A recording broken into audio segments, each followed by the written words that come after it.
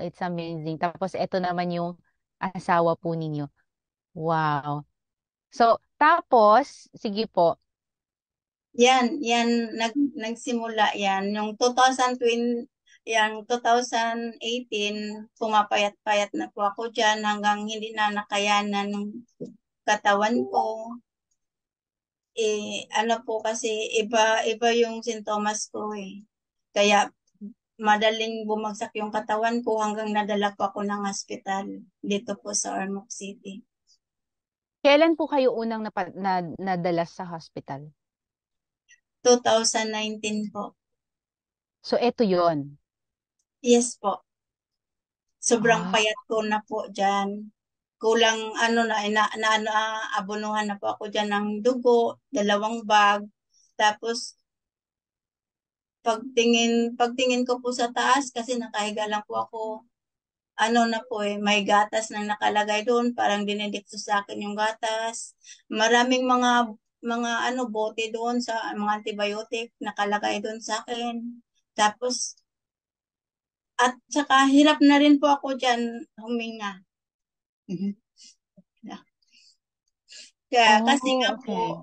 Mhm. namanas po sa kahit payat po ako, namanas namanas po yung paa ko. Kaya yung manas pala yun, papunta na pala yung sa ano sa lungs ko nagkaroon ng tubig kaya nagkaroon ako hirap na po akong huminga noon hanggang papunta na pala sa puso. Yun ang nangyayari. Hindi nila alam kung ano po yung sakit ko. Okay. 2019. Tapos, ilang days ka nag-stay dyan sa hospital way back 2019? Yan kasi inayawan po ako, parang inayawan na po ako ng doktor dahil nga ayun, nandun na po ako sa private hospital na yun, nagpapalaboratory na rin po ako ulit, yung Mhm. ano na yun, sa laboratory. Tapos pagkatapos nun, nung nangyari sa akin, dahil nga walang pera, yung sa kawalang pera po, wala talaga, yung parang hirap po dahil nga laging nasa ospital na pabalik-balik na lang. Kaya, ayun, nadala na lang po ako sa Tacloban ng hospital yung kasi yung pinakamalaking hospital dito sa Liti po yung sa ABRMC hospital po. Okay. Tapos, pagdating mo ng Tacloban Hospital, anong mga inano sa'yo, chine-check? Kasi di ba hindi nila Opo, papunta na ma-identify. po. Diretso na po ako nun sa AR. At saka pagkatapos dun sa AR, ayun na, sabi ng doktor sa akin, lalagyan kita ng tubo. Umango naman ako. Tapos akala ko ano yung nilalagay, yun pala yung tubo na yun. Papunta pala. Eh, sabi ko, nurse, hindi yan masakit. Kasi nga, inaano na dito sa akin. Kasi nga, inaano na ako nun para ooperahan na. Kasi nga nakita nila yung, kasi need talaga nga, operahan na talaga ako dahil nga malala na daw yung sakit ko. Yun, Oh. yun, nakita ko eh. So, 2019, si Tacloban na hospital yung nakapag-diagnose na you had, it was declared that it was stage 4 stomach cancer. Ano yung mga nararamdaman mo at that time? Yung nararamdaman ko po kasi ano po parang nagkalibanga lang po ako noon. Ah, Tapos kalibanga is yung parang nag, nagpupup, nagtatae, diarrhea po. Opo, kalentura, diarrhea. diarrhea. Opo, Lahat na ng diarrhea. term. Okay. So, tapos po, talagang ano no. Tapos po, nagkalintura ang tawag doon.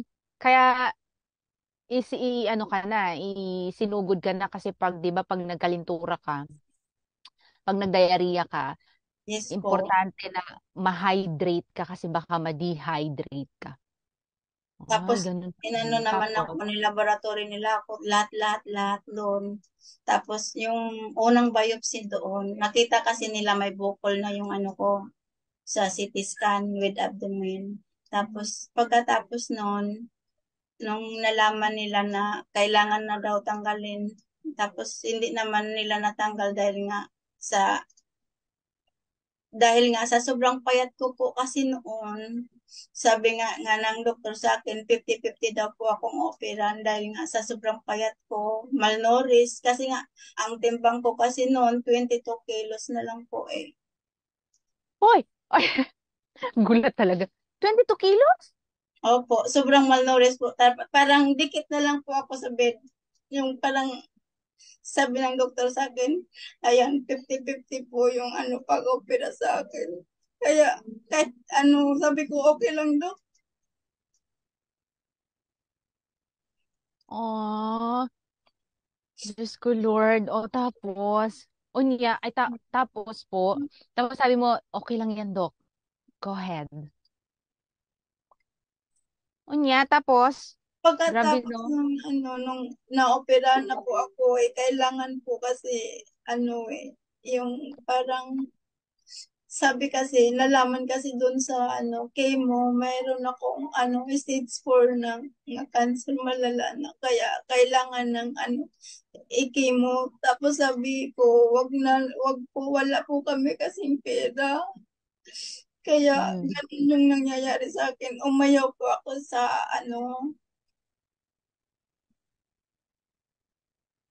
umayaw po ako sa sa chemo po dahil nga alam ko naman malaking alaga yung pagkikimo, hindi lang isang beses at saka nakakalbo din yun, alam ko nakakalbo, nakikita ko kasi sa mga ganun. Tapos yung pagka tapos noon, sabi ko sa doktor noon, Dok, umiyak talaga po sa harap ng doktor. Sabi ko, Dok, may taning na ba ako? Sabi ng doktor, gumaganon lang yung doktor sa akin, pinapayak lang ako sa table. Tapos sabi ko, bigyan mo na lang ako ng resita, Dok. Tapos niresitahan na ako good for 1 week.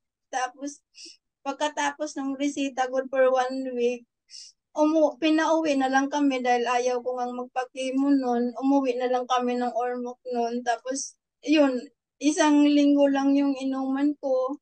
Ayan, Oh, wala na akong iniinom pa. Pagkatapos ng isang linggo, wala na. Tapos, doon, nangihina na naman yung katawan ko.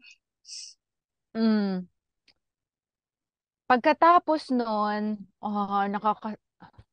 mga mentors, sa lahat ng mga nanonood sa atin, grabe, no? Talagang, wait lang, ano ko lang, nakikita pa ba tayo? Adpin ko lang. Ayan, clear naman siya. Okay, wait lang. Ayan, grabe po, ano, ang pinagdaanan talaga. So, paano niyo po nakilala si Barley? Dahil po kay, sa pamamagitan po ni, Mentor Lisil po, pumupunta, pagkatapos ng opera ko, nandito umuwi na po ako sa Ormoc noon, tapos nasa bahay, nakahiga lang po kasi ako dahil hindi po ako makatayo noon. Okay, grabe, no? Ipakita natin yung picture. So, the first time na nakilala niyo po si Barley, it was, ano na pong year? Ito na po ba? Yes po. Last year lang, no? July 2022. So, si Mentor Lisel, saan po siya dito? Tacloban po, nasa Tacloban po kasi siya eh. Tapos, yung Tacloban to Ormoc, ano po 3 oras mahigit yung biyahe noon sa van. Tapos, bumabiyahe siya, pumupunta sa akin dahil dala-dala, niya yung barley, sinasabi niya sa akin, nakakatulong tong barley. Sabi ko, magkano naman yan? Yun ang una talaga kong tinatanong kay Mentor Lisel, magkano yun? Sabi naman niya, pag member ka, 500. Pag hindi member, 1,000. Sabi ko, ay, ang mahal naman. Hindi ko kaya dahil nga bumibili pa ako ng colostomy bag. Doon kami umaano sa colostomy bag dahil ang mahal-mahal po eh. Okay. So, nung nakilala mo si, si Barley, through Mentor Lisel, eto ba siya si Mentor Lisel? Eto? Yes po. Eto sa baba. Tapos, ikaw to. So, sino naman tong dito sa kaliwa? Si Mentor Wilma Engels po. Eto, yes, kilala ko si Mentor Wilma. So, si Mentor Wilma ay from Hawaii, right? Yes So, po. kaano-ano niyo po si Mentor Lisel? Pinsan ko po siya. Siya lang po yung kilala namin yung pinsan doon sa Tacloban kasi nasa Samar po eh. Yung tatay ko kasi Ah. taga Samar kaya pero hindi po kami lumaki ng Samar kaya hindi rin po ako marunong magsalitang ng Waray. Ganon po. Po Okay. talaga kami lumaki. Tapos, yan kasi, yan si Mentor Lisel, yan, close namin ng, pinsan namin yun eh. Mag, magka-close talaga kami niyan. Kasi yung mama niya, kapatid ng tatay ko, ganon. Tapos, yun pala, yung daladalang, niya, amazing barley sa akin, galing po pala kay Auntie Wilma. Eh, nung araw na yun, hindi ko po siya kilala nga. Kamag-anak rin po pala namin. Ay, wow. It's amazing. O tapos, ay, nakakatuwa naman. Grabe no. O tapos, ano po, sige po, continue po kayo. Tapos, nung nakilala mo na si Barley, ininom mo na siya. Anong naramdaman niyo po doon nung first na intake niyo po? Maganda po yung pakiramdam ko nung nag-iinom na po ako. Kasi sabi po ni Auntie Wilma sa akin, tuloy-tuloy lang yung pag-inom. Mag-inom ka ng Mhm. 4 na sachet sa umaga, tapos isa sa tanghali, isa din sa bago maghapunan. Kaya sinunod ko, sabi ko, ay, hindi ko naman kaya yun kasi ang bigat naman. Kasi nga, hindi pa kasi ako nun member eh. Tapos, nahihiya na rin po ako pag binibigyan laging binibigyan pa po ako. Kaya, at saka hindi pa rin namin close yun si Auntie Vilma. Ngayon lang po kami nagkakilala nun sa I Am Barley po. Nga, mag-anak rin pala kami. Yun po. Tapos, yun ang nangyayari sa amin. Sabi ko, ay hindi ko po kaya yun. Hindi ko matustusan dahil nga may colostomy bag pa akong ano, yung ginagastos. Kahit wala akong iniinom na gamot, yung colostomy bag, mabigat na po sa amin eh, yung bulsa. Kasi nga, 498 yung isa. Tapos 3 to 5 this, tinatapon lang yun. Oh. So, guys, sa lahat ng hindi nakakalam, colostomy bag is used to collect your poo. How often it needs to be changed depends on which type of bag you use. Closed bags may need changing 1 to 3 times a day. There are also drainable bags that need to be replaced every 2 to 3 days. These may be suitable for people who have particularly loose poops. So, ganun siya. Grabe, no? Tinatapon lang siya, ganyan. Para ka lang nagtapon ng pera. Kaya napakamahal magkasakit, no? Tama ba, mga mentors? And then, so, meron tayong share another slide naman. This was still July 2022. Ito, yan. So, ano to, Mens? July 2022 Yan po, na, lagi po niya akong hinatira ng ni Mentor Lisil. Siya yung laging nagbabiyahe papuntang Ormoc dahil nga dala-dala niya yung amazing barley po. Tapos, galing po pala kay Ante Wilma. Yan, tuwang-tuwa po ako noon na mapaiyak po ako dahil nga. At saka nung sa panahon yun, nakilala ko na rin si Mentor na Yumi. Nabasa ko pa ito nun siya. kasi ina-add na po ako noon sa Facebook, Mhm. sa GC, ganun, naalala ko po noon si Mentor Naomi, nag-video call kami noon. Tapos sabi naman ni Mentor Naomi, kung sino yung sa GC, sino yung kusang loob magbibigay ng may tutulungan tayo. Grabe, no? Ang ginawa din ng team para sa'yo din. Wow. Ang amazing, nakakapangilabot na na ma-sharean mo ng amazing Marley yung isang tao na halos wala ng pag-asa na ngayon na alam mo yun, nagkaroon ng pag-asa. Grabe, no? Ay, praise God talaga. And then, ano po ito, Mens? Ito Nag, po, yun, si Mentor, ano po, nag, may tumawag po si Andy Wilma sa akin, tapos mayroon pa palang isa, si ano, yung nakilala ko, nagpakilala sa akin, si Mentor Marie Chris po. Tapos, siya din po yung isang laging nagtutusto sa akin ng barley, yung amazing barley, para lang po makainom po ako nung 6 na sa isang araw. Yun po. Lagi oh, nagbibigay sa akin ng amazing barley po. Pinapadala niya kay Mentor Naomi. At si Mentor Naomi naman po, pinapadala sa akin. Yun sila Mentor Mark. hmm. Oh, it's amazing. Thank you guys for doing that. Mentor Wilman, Mentor Marie Chris, Mentor Naomi. Ikaw pala yun. Nakita kita sa Facebook. Yung mga pictures mo, ikaw pala yun. So that was July 2022 and then August, that's after just 1 month. July, August. Oh. Tapos 1 month, ganito na. Ito na yung picture mo, 1 month. So, Opo. 6 sachets per day ang iniinom mo. Tapos at that moment, nagko-colostomy bag pa din ikaw. And then, ano po ito? Bakit may cellphone? Yan po Ano po kasi, ito? yung, yung cellphone ko kasi, ano lang po keypad lang po. Tapos, Ah, dahil pandemic po, modular, yung mag-high school na po yung anak ko kasi yun high school na yun grade 7. Kailangan ng may online class sila, kailangan ng cellphone. Kaya napilitan po namin mag-utang ng cellphone ng touchscreen sa home credit. mm, Tapos, I ayun, see. yung anak ko, nilalagyan ako ng, ginagawan po ako ng Facebook. Tapos, sinishare ko rin yung Amazing Barley po.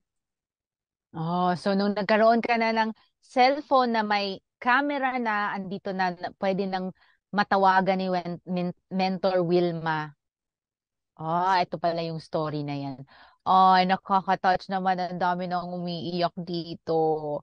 Thank you so much guys for watching. Nakaka-touch daw sabi ni Mentor Flor de Liza Cunanan. Oy, nakaka-amaze. O tapos, next slide natin. Every 3 months, may follow-up check-up ka. Okay. Tapos, Opo. sige, Mens. Yan, yung pag may schedule pa ako sa doktor, pumupunta po talaga ako doon kahit ano. Pagkatapos nun, pag may mga laboratory, yun. Kasi pag eh, sini, may ano na naman, CT scan with contrast. Tapos, ang mahal po kasi dito sa amin sa province namin, mahal po yung ganong mga laboratories.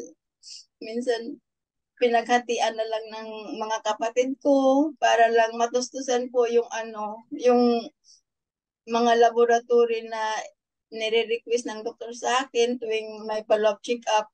Tuwang-tuwa na po ako dyan pag walang binigay ng doktor sa akin na request, yung po, laboratory po nga request po.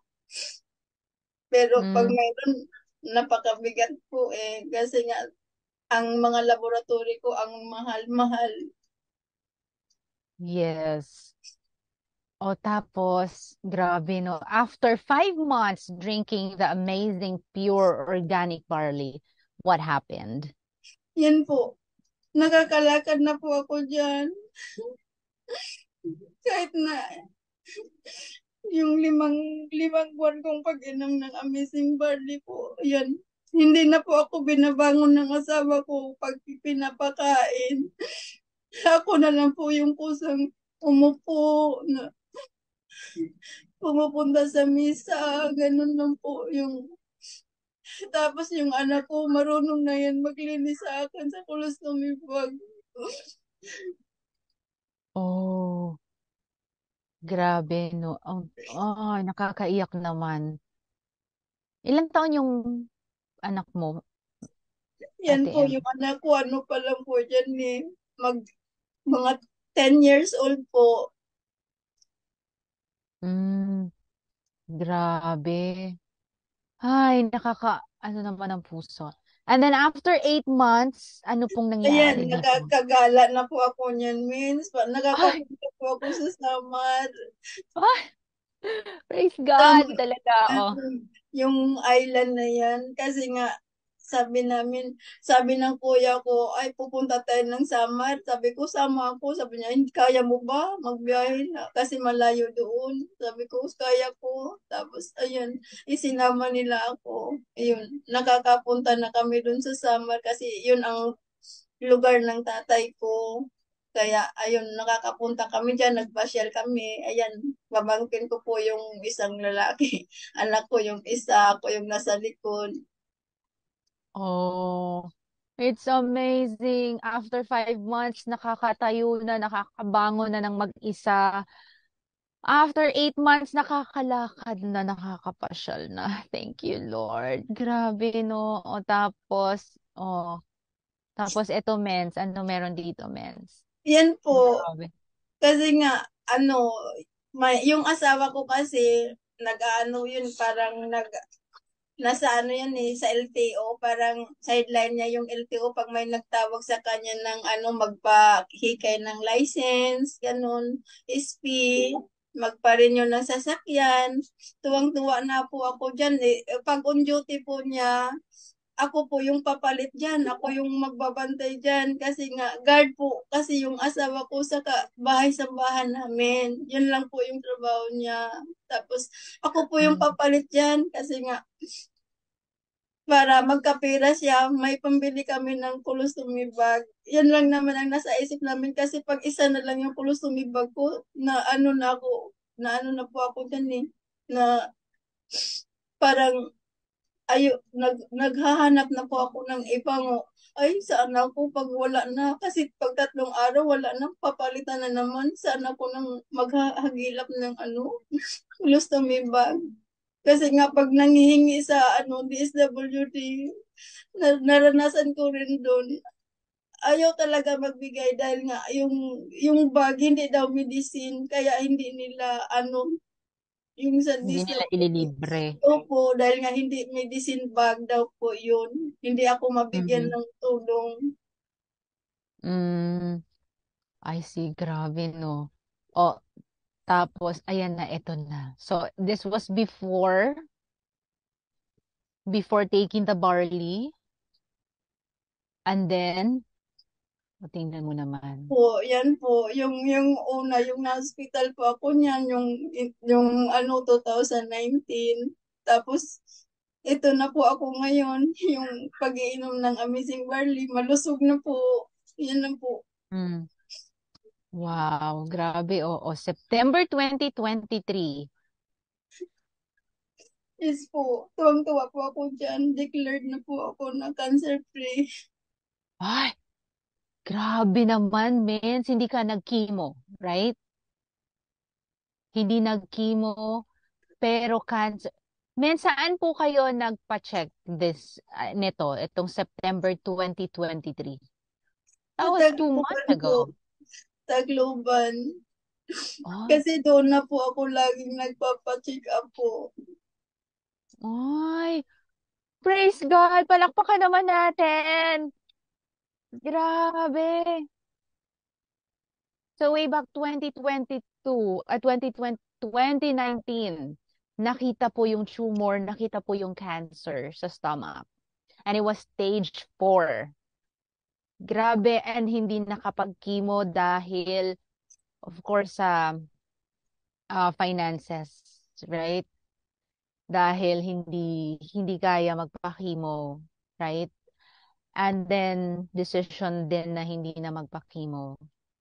Then 2022, nakilala yung amazing pure organic barley sa tulong po ng ating mga top mentors here in I Am Worldwide. Grabe, praise the Lord. Ilang months lang yon. So from July 2022, 1 year ng July 2023, July, August, September, 1 year and 2 months only. And drinking like 6 sachets every single day. Wala pong overdose ang barley kasi organic siya. Grabe, ang daming nagta-thank you Lord dito. Ikaw pala yung kumalat sa Facebook ano natin sa feeds natin, Mins. It's nice to see you and talk to you. My gosh, praise the Lord. Ang amazing naman. And now, cancer-free na. Hi. And September Yan po, 20. September na po. Dahil declared na po akong Uh-huh. ini-schedule na po ako ng doktor dyan. Ambulance po kasi yung sinasakyan ko galing Ormoc papuntang Tacloban po. Dahil sabi ng doon sa OPD na pwede na daw ako diretso ng AR. At saka pagkatapos nun, pagpunta ko ng AR doon, dala-dala ko na po yung mga laboratory result ko. Binigay ko po sa nurse po doon sa AR. Napagkamalan pa po ako doon ng saan po yung pasyente. Ako po, sabi ko ako po yung pasyente, ma'am. Sabi naman niya, ay, akala ko bantay ka ng pasyente. Yan po ang sabi ng nurse. Natawag po Wow. yung driver ambulance namin yung kasi ako yung sinasamahan po ako ng driver ambulance kasi yung asawa ko yung mga gamit namin siya yung nagbaba dahil aalis na rin po yung ambulance po babalik na ng Ormoc dahil Mm. pa-confine na po ako niyan sa Tacloban po. I see. But until now, you still have the colostomy bag. Yes po. Okay. But at least nakakalakad ka na.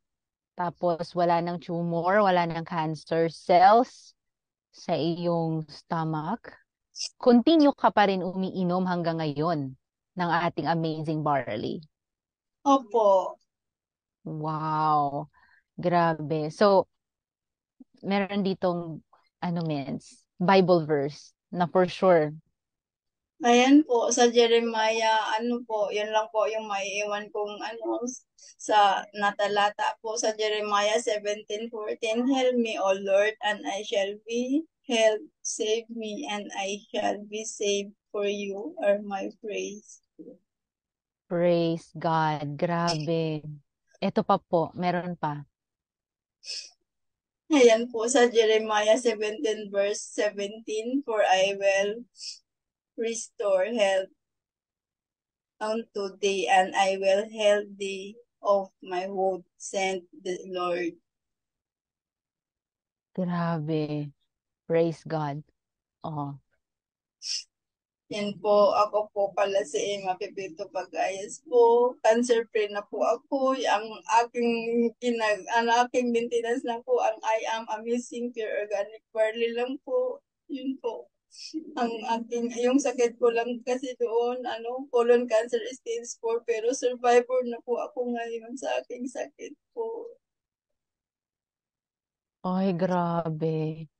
Oh, colon cancer stage 4. Grabe yung testimony natin for tonight. Sino dito ang sobrang na-bless dahil na-witness po ninyo live na live. Ako din po ay sobrang na-bless po ako na sobrang na-amaze po ako sa testimony niyo, Ate M. And thank you, Lord, dahil you are well now. Nakakapaglakad ka na. And sometimes or most of the time, mas na-appreciate mo yung mga bagay-bagay, small things and or big things, ang mga bagay-bagay once there's yung may challenges and then lalong-lalo na sa health natin and then gumaling ka because of the miracle because kay Lord. No? Nakakaiyak naman ta. Thank you, Lord, sabi ni Mentor Jang. Hay, Diyos ko, grabe talaga ang ating Testimonial Thursday for today and for tonight. Sobrang daming na-bless natin, Mentor Ate M, kasi ang dami po nating viewers today. So, ano yung, Mens, ano yung naisip mo at that time nung nandun ka sa sitwasyon na nahihirapan ka? Ano yung naisip mo to live more? I mean, yung gusto mo pang mabuhay, yung ganun. Ano bang naisip? Para kanino ka bumabangon? Ganun. Sa po, sa anak ko po. Yun po, yun sabi ko kasi gusto ko pang mabuhay dahil yung anak ko maliit pa. Tapos kailangan pang alalay ng nanay. Tapos sabi naman, kasi sabi ko naman kasi sa mama ko, mama, pag ako ang mamamatay na, pag kukunin na po ako, yung anak ko, wag mo namang pababayaan. Yun po, yung para sa anak ko po talaga yun. Mm, Doon ko po grabe na no. ano, yung parang lumalaban po ako dahil sa aking anak.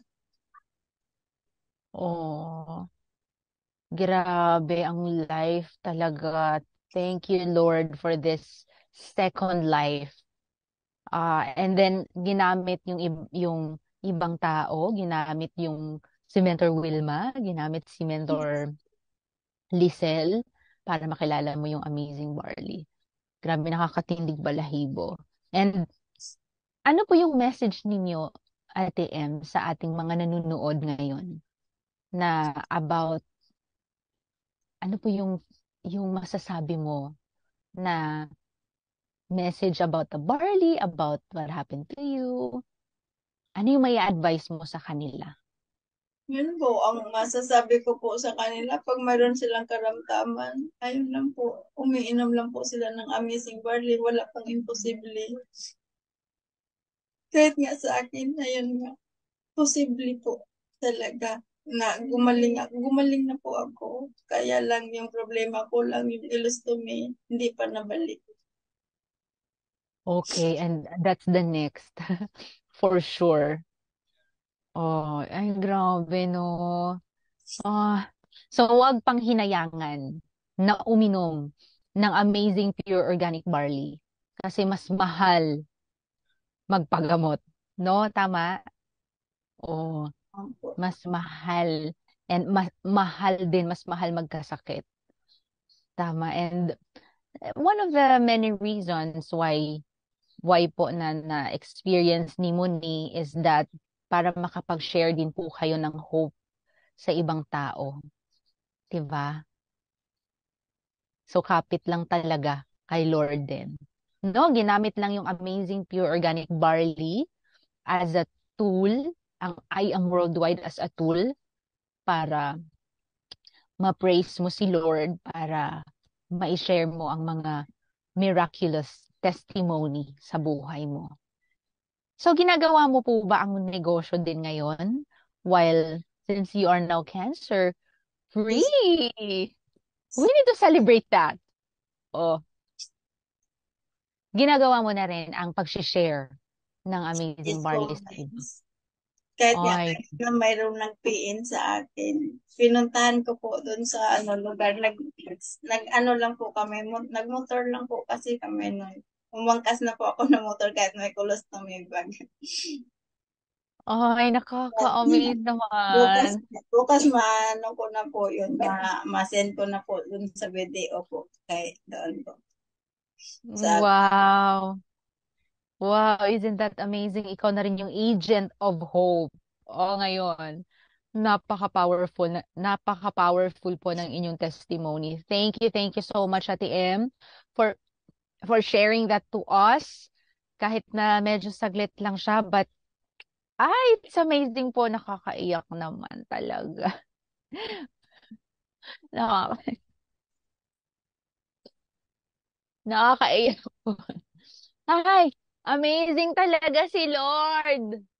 Grabe yan. Kahit may sakit before, nag-share na siya ng barley, lalo pa ngayon.